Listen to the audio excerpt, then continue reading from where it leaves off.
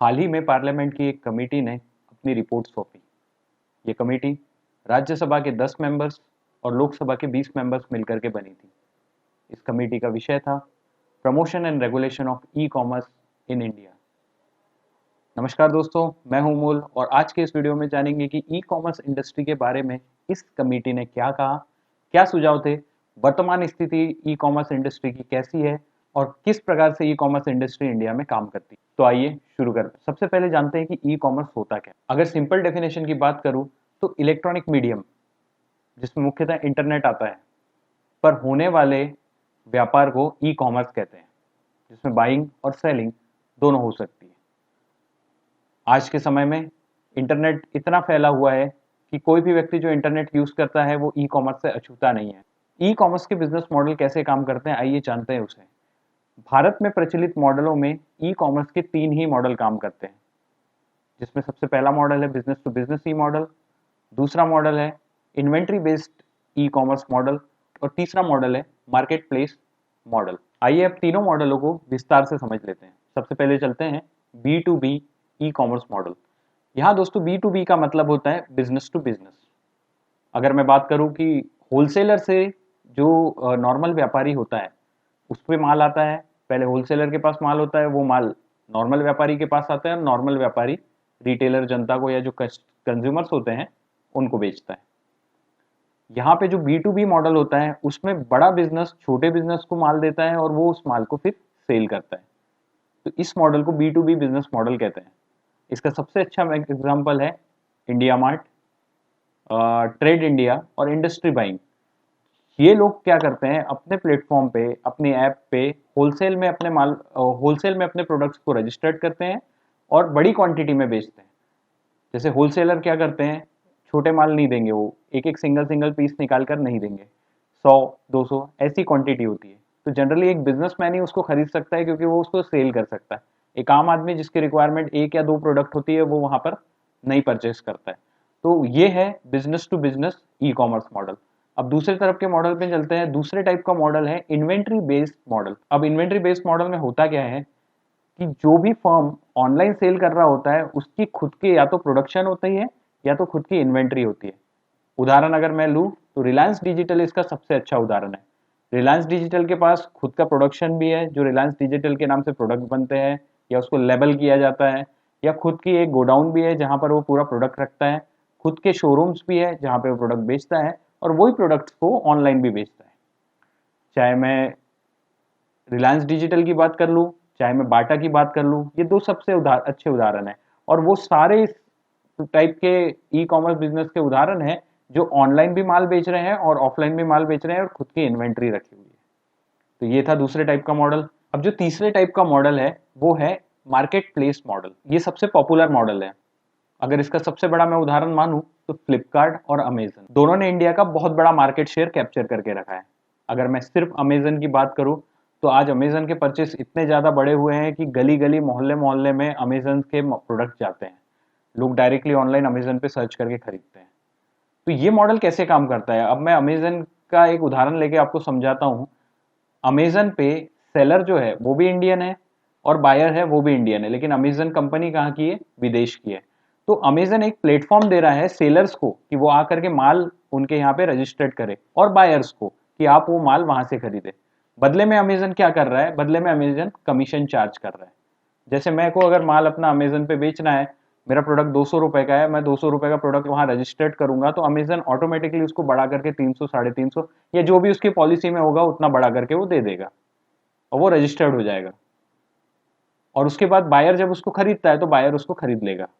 मतलब ये कि सेलर जो बेच रहा है वहां से बायर तक आने में बीच में जो कमीशन आता है वो अमेजन। इसमें आगे इस वीडियो में डिस्कस करेंगे कि ये गलत है या सही है। तो ये थे 3 मॉडल, जो 3 बेसिक मॉडल्स इंडिया में ई कॉमर्स के काम करते हैं। अब जानते हैं कि पार्लियामेंट्री कमेटी जो बनी थी उस कमेटी के बारे में थोड़ा सा जान लेते हैं। पार्लियामेंट्री कमेटी बनाई गई थी सितंबर 2021 में और इस कमेटी के अध्यक्ष थे वी विजयसाई रेड्डी। वी विजयसाई रेड्डी के बारे में आपको बता दूं, ये वाईएसआर कांग्रेस से बिलोंग करते हैं। वाईएसआर कांग्रेस जो आंध्र प्रदेश में रूलिंग पार्टी है, इस समय गवर्नमेंट में नहीं है ना तो अपोजिशन में है, वहां से बिलोंग करते हैं। वहां के जनरल सेक्रेटरी है और पेशे से चार्टेड अकाउंटेंट है। इन्हें इस कमेटी का हेड बनाया गया, चेयरमैन बनाया गया। इस कमेटी ने 15 जून 2022 को अपनी रिपोर्ट सौंपी। 82-83 पेज की वो रिपोर्ट है। रिपोर्ट की लिंक डिस्क्रिप्शन में है, आप चाहे तो जाकर के उस रिपोर्ट की लिंक को क्लिक करके पूरी रिपोर्ट को डिटेल में पढ़ सकते। अब उस रिपोर्ट की हाइलाइट्स क्या थी? उस रिपोर्ट में इन्होंने कुछ मुद्दों को आगे रखा और बताया कि इन मुद्दों पे आगे आकर के भारत में रेगुलेशन बनाना बहुत जरूरी हो गया है, जो ई कॉमर्स सेक्टर को रेगुलेट करेगा। तो जानते हैं वन बाय वन। 5 ऐसे मुद्दे थे जो इन लोगों ने सामने रखे। सबसे पहला मुद्दा ये था, देखिए अगर मैं ऑनलाइन शॉपिंग की बात करता हूँ तो लोगों के मुंह से सीधे अमेजन निकलता है या फ्लिपकार्ट निकलता है, कोई तीसरा ब्रांड नहीं है। तो इनकी सबसे बड़ी चिंता यही थी कि यहाँ पर कंपटीशन केवल 2 ही या 3 ही बड़े मेजर ब्रांड्स के बीच में होकर के रह गया है। एक छोटे प्लेयर को या एक देसी प्लेयर को आने के लिए जगह कहाँ है? तो ये इनका सबसे बड़ा कंसर्न था और ये पॉइंट को उन्होंने बहुत फॉर्मली उसमें लिखा है। अब ये तो पहला पॉइंट हो गया। अब पहले पॉइंट में इन्होंने बताया कि कुछ ही जो प्लेटफॉर्म है वो मार्केट प्लेस मॉडल बेस पे है, जिसमें बायर्स होते हैं और सेलर्स होते हैं। अब दूसरे पॉइंट में ये कह रहे हैं कि जो सेलर्स हैं उनके साथ न्यूट्रलिटी है, इसके बारे में कोई ट्रांसपेरेंसी नहीं है। अब अमेजन पे मान के चलिए कि 25 सेलर या 30 सेलर काम कर रहे हैं या 50 सेलर काम कर रहे हैं, उसमें से वो 3-4 सेलर को ही आगे प्रमोट कर रहा है अपने प्लेटफॉर्म्स में, बाकी लोगों के माल ही नहीं बिक रहे हैं। तो इसकी ट्रांसपेरेंसी कैसे आएगी? इसके लिए रूल एंड रेगुलेशन होना बहुत जरूरी है ताकि इस चीज में ट्रांसपेरेंसी आ सके। अगली सबसे बड़ी चिंता इन लोगों ने प्रकट की वो थी डीप डिस्काउंटिंग। देखिए क्या है, डिस्काउंट जो है वो अलग अलग प्लेटफॉर्म पे अलग अलग है और हम लोगों की भी फितरत यही है, जहाँ सस्ता मिलता है वहीं से हम परचेस करते हैं। अलग अलग प्लेटफॉर्म्स पे अलग अलग वेबसाइट्स पे जा करके रेट चेक करते हैं और कई तो ऐसी वेबसाइट्स है जो सारे रेट आपको एक जगह पर ला करके बता देती है कि यहाँ इतने का मिल रहा है, यहाँ इतने का मिल रहा है। तो इनका कहना ये है इस कमेटी का कि डिस्काउंट कितना देना है, क्या वो प्रतिस्पर्धा में आ रहा है या प्रतिस्पर्धा में नहीं आ रहा है, तो प्रतिस्पर्धा के हिसाब से उतना डिस्काउंट होना भी चाहिए या नहीं होना चाहिए, बाकी मार्केट प्लेयर को बचाने के लिए कैसे वो डिस्काउंट काम करेगा। तो वो सारी चीजों को लेकर के इन्होंने एक चिंता व्यक्त की है कि ये डिस्काउंट देना आवश्यक है और कैसे ये लोग इतना डिस्काउंट देते हैं, उस पर एक लॉ बनना चाहिए कि कितना डिस्काउंट और कब देना है, वो एक मानक तय होना चाहिए। अब अगली बात आती है कि अमेजन पे जाकर के आप प्रोडक्ट सर्च करते हो, अमेजन पे एन नंबर ऑफ सेलर्स हैं, तो यहाँ पे रैंकिंग जो है वो कैसे डिसाइड होती है, इसमें भी ट्रांसपेरेंसी नहीं है। मान के चलिए 100 सेलर है, 100 सेलर में से आप क्या हिसाब से उनको पहला रैंक या दूसरा रैंक देते हैं, ये ना उनको पता है ना हमको पता है। वो बताने वाली बात है, ढेर सारे ब्लॉग्स पड़े हुए हैं इंटरनेट पे, पर एक्चुअल में सच्चाई कोई नहीं बता रहा है, एक्चुअल में कॉन्क्रीट कोई नहीं दे रहा है कि कैसे ये सेलर्स रैंक करते हैं किसी एक पर्टिकुलर कीवर्ड पे। उदाहरणतः समझते हैं, मैंने सर्च किया बेस्ट कैमरा अंडर 500। अब कैमरे बेचने वाले जितने सेलर हैं उन सबकी लाइन आ जाना चाहिए, लेकिन उसमें पहला कौन आएगा ये कैसे डिसाइड होता है, ये ट्रांसपेरेंसी कहाँ से आएगी? तो इस कमिटी ने यह भी चिंता व्यक्त की कि ये जो रैंकिंग फैक्टर है ये कैसे होगा, इसकी ट्रांसपेरेंसी कैसे आएगी। अगली जो बात थी वो बात थी मिस यूज ऑफ डेटा। आप किसी भी शॉपिंग प्लेटफॉर्म पे रजिस्टर्ड होते हैं या आप वहां पे कोई सर्च करते हैं कोई चीजें, तुरंत आप देखने लगते हैं कि आपको उसके ऐड दिखने लगते हैं, विदाउट आपको कंसर्न किए आपको वो ऐड दिखाने चालू कर देते हैं, क्योंकि इंटरनेट पे इनकी मोनोपोली है, या इंटरनेट पे कह दूं या जो ऐड रनिंग प्लेटफॉर्म है वहां पे इनकी मोनोपोली है। तो ये सही है या गलत है, इस पे भी विवेचना करने की आवश्यकता है, इसको भी चेक करने की आवश्यकता है कि वाकई में इस प्रकार से ऐड होने चाहिए या वाकई में मुझे जबरदस्ती करके, जैसे आप कोई चीज सर्च करते हैं अमेजन पे जाकर के, एक पेन ड्राइव सर्च करें, आपको बार बार बार बार बार बार pen drive pen drive pen drive pen drive, तो वो प्रेशराइज करते हैं आपको ताकि आप ले। तो ये सही है नहीं है, इस पे भी एक पूरी की पूरी एक रिसर्च और एक पूरी विवेचना होनी चाहिए, एक रूल एंड लॉ इस पे बनना चाहिए, ऐसा यहाँ की कमिटी ने कहा। तो ये तो 5 मुद्दे थे जो इस कमिटी ने उठाए। अब इस कमिटी ने रिकमेंडेशंस क्या दी है उसको भी वन बाय वन देख लेते हैं। सबसे पहले इस कमिटी ने रिकमेंडेशन यही दी कि जो भी ई कॉमर्स पे सेल कर रहा है उसकी खुद की इन्वेंट्री होनी चाहिए। अभी जो मार्केट प्लेस जो मॉडल है वो मॉडल बहुत ही बेकार है, क्योंकि उसमें होता ये है, अब आप खुद सोचिए कि जो सेलर है वो 200 में बेच रहा है, जो बायर है वो 500 में खरीद रहा है, वो 300 रुपए बीच में कौन दे दे रहा है? जो फैसिलिटर्स है, वो जो प्लेटफॉर्म्स है वो। तो ऐसे पैसे जाने से बेटर है कि पता रहे कि जो खुद की इन्वेंट्री है वही सेल करे, तो समझ में आए। और इस कमिटी ने एक सबसे बड़ी बात कही, वो थी गेटकीपर। गेटकीपर एक ऐसा प्लेटफॉर्म है, बहुत सी ऐसी कंट्रीज है, यूरोपियन कंट्री, अमेरिका है और बहुत सी ऐसी विदेशी विदेशी मुल्क है जिन लोगों ने ये सिस्टम अपनाया है, जहाँ पे ई कॉमर्स के रजिस्ट्रेशन को रिजिड बनाया है, उसे उन्होंने गेटकीपर कहा। यहाँ भी वो गेटकीपर की कमी महसूस हो रही है, जहां पर जाकर के ई कॉमर्स की इंडस्ट्री रजिस्टर्ड हो। तो वो गेटकीपर की कमी भारत में है, एक गेटकीपर प्लेटफॉर्म ऐसा होना चाहिए जहां पे जाकर के सारी ई कॉमर्स की कंपनियां रजिस्टर्ड हो और वो प्लेटफॉर्म उनको रेगुलेट करे। वो प्लेटफॉर्म ये श्योर करे कि किसी भी डेटा का मिसयूज ना हो रहा हो। वो प्लेटफॉर्म ये श्योर करे कि सबको समान रूप से कंपटीशन में आने का मौका मिल रहा हो।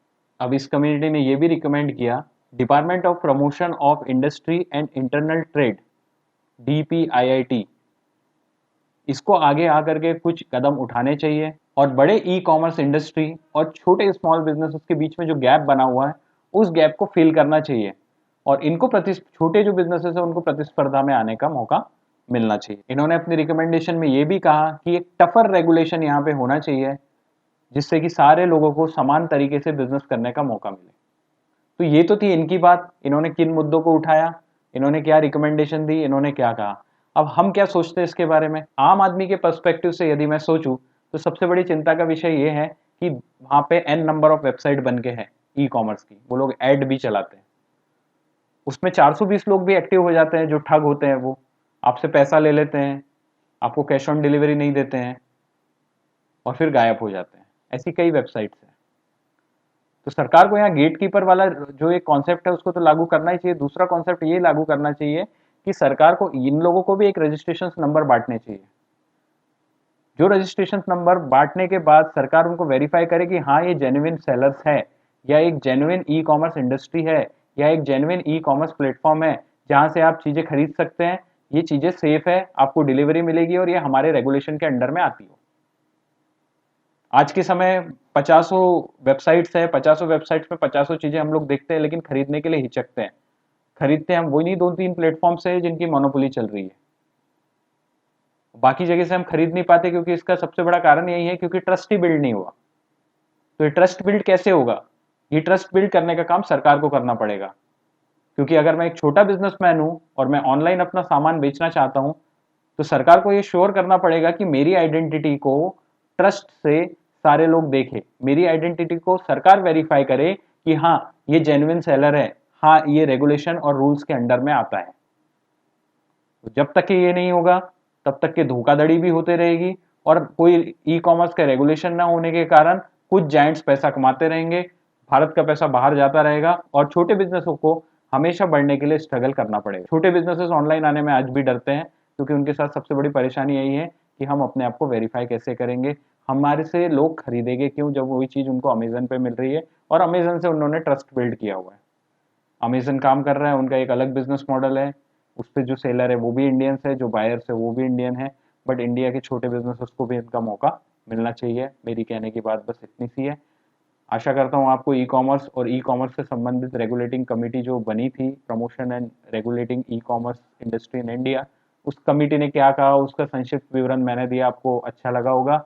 और भी कोई प्रश्न है तो देखिए रिपोर्ट आपको मिल जाएगी डिस्क्रिप्शन में, क्लिक करके पूरी रिपोर्ट चाहे तो आप पढ़ सकते हैं। सब्सक्राइब करिए, लाइक करिए।